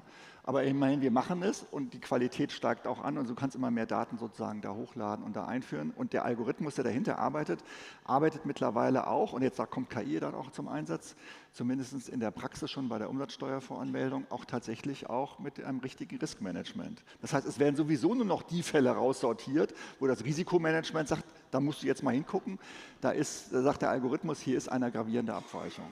Also damit will ich sagen, wir haben Bereiche oder Fahndung, Steuerfahndung, wir haben also Bereiche, Anwendungsbereiche, das ist der Öffentlichkeit gar nicht so klar, in denen wir schon einen sehr hohen Algorithmisierungsgrad haben und wo wir noch besser werden können, wenn wir da auch KI-Algorithmen einsetzen. Der zweite Punkt ist zum Thema Datenschutz und sozusagen Akzeptanz. Wir werden da eine gemischte Strategie fahren. Ich versuche sozusagen Anwendungen, bei denen wo ich sozusagen viel trainieren muss, und auch eine hohe Akzeptanzschwelle bei den eigenen Leuten haben, egal ob bei Dataport oder in der öffentlichen Verwaltung, erstmal on-prem anzubieten. Ja, wir haben ein Riesenprojekt im Moment am Start in der Projektierung, wo es darum geht, dass wir die Vertragserstellung über 6.000 Verträge bei Dataport zukünftig KI unterstützt abwickeln lassen können. Ne? Demografischer Wandel, ich weiß, dass ich dann und dann weniger Leute habe. So. Da habe ich einen hohen Trainingsaufwand für, da habe ich vor allen Dingen auch eine hohe Sensibilität. Ja? Da stehen dann die Vertragsdaten der IT-Dienstleistung der Polizei drin und so weiter und so weiter. Da musst du anders mit umgehen. Vor allen Dingen kriege ich meine Mitarbeiter auch super mit. Ich habe keinen Stress mit dem Personalrat an der Stelle. Ja? Da kann man sagen, okay, das kriegst du vielleicht woanders auch besser und einfacher, aber ich fahre aus Akzeptanzgründen diesen Weg. Und dann kann man immer noch darüber reden, ob man das Thema anders oder größer macht. Und dann gibt es Low-Risk-Anwendungen, die wirst du als Low-Risk-Anwendung sowieso einkaufen. Und in der Phase sind wir jetzt gerade, dass wir das, was als Use Cases diskutiert wird, also Speech-to-Text oder Texte zusammenfassen, ja, machen wir so eine Rede schreiben oder Datenmanagement, dass wir das anfangen in so Risikocluster nach dem IACT sozusagen einzuführen und quasi dann typisiert KI as a Service unseren Kunden auch anzubieten. Da gibt es Unschärfen. Da wird es auch Lernprozesse geben, da gibt es bestimmt dann auch Konflikte, weil der Datenschutzbeauftragte dann um die Ecke kommt und sagt, das ist aber Mist, das habt ihr falsch gemacht und so. Aber dann fechten wir die halt durch. Ja? Auf alle Fälle habe ich am Ende eines solchen Gefechts wieder eine klare Lage und weiß, was ich jetzt tun kann und was ich nicht tun kann. Aber wir machen es. Also in Zahlen von 1,4 Milliarden Umsatz ist der jährliche Umsatz, den wir im Moment mit KI machen, noch sehr sparsam. Der liegt ungefähr bei 20 Millionen, also ist wirklich nicht viel. Aber wir haben seit 2019 eine Truppe aufgebaut und haben mittlerweile 80 Leute, die sich mit KI sowohl als KI-Berater, Algorithmenkompetenz und Betrieb auch auseinandersetzen und dann Know-how aufgebaut haben. Und sowohl bei uns als auch as a Service woanders einkaufen. Perfekt. Jetzt verlassen wir das Verwaltungsthema mal noch für die letzten 3 Minuten. Achim, du bist jetzt so ein bisschen die eierlegende Wollmilchsau für mich. Wir haben es schon ein bisschen durchklingen lassen, dass Deutschland an der Speerspitze der Digitalisierung in Europa und international wird, ist wahrscheinlich in den nächsten 3 Jahren nicht unbedingt abzusehen. Aber wenn wir mal gucken, sagen wir mal 5 Jahre, was muss denn passieren auf der unternehmerischen Ebene, auf der politischen Ebene, aber auch, und ich glaube, das ist ein wichtiger Aspekt, auf der gesellschaftlichen Ebene, damit wir überhaupt mal in die Richtung gehen? 3 Jahre, aber da kann ich gar nicht diskutieren, genau. Selbst 5 Jahre, ich weiß nicht, ob da noch eine Zahl vorne dran fehlt. Tja, was muss da gemacht werden? Ich glaube, sehr viele Sachen sind schon gesagt worden, ja, irgendwie den Schulterschluss stärker zwischen Industrie und Verwaltung, Innovation interpretiert als technische Innovation oder als, wir machen Dinge anders wie bisher, ja, ist auch eine Innovation vielfach. Wenn ich jetzt mal auf die Wirtschaft schaue, ich glaube, das ist schon auch uns hier im Raum und die Kollegen da draußen, dass wir diese Education noch hinkriegen, dass wir den Unternehmern noch zeigen, Leute, Digitalisierung ist jetzt nicht so, wo ist man nebendran und man muss halt hier mal da, das ist ein Wettbewerbsvorteil. Ja, wenn eine Firma richtig gut digitalisiert ist, das gibt in allen Bereichen, ob das jetzt Maschinenbau ist oder irgendein Online-Shop, Digitalisierung ist ein Wettbewerbsvorteil und im internationalen Bereich gar nicht mehr